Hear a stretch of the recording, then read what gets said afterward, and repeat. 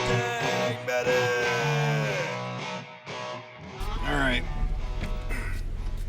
What I'm doing is I'm on a hill and I'm just seeing how she rolls, and she's rolling great.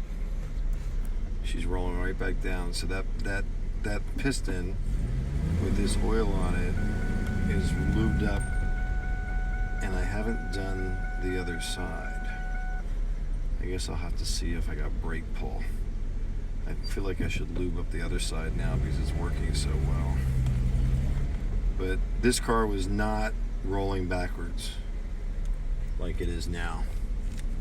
So it's progress. Progress on the 2000. Dun, dun, dun. The drama, right?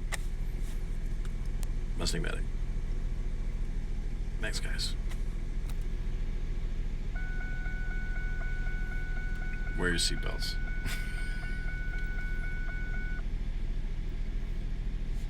It's my dad. I love you, Dad.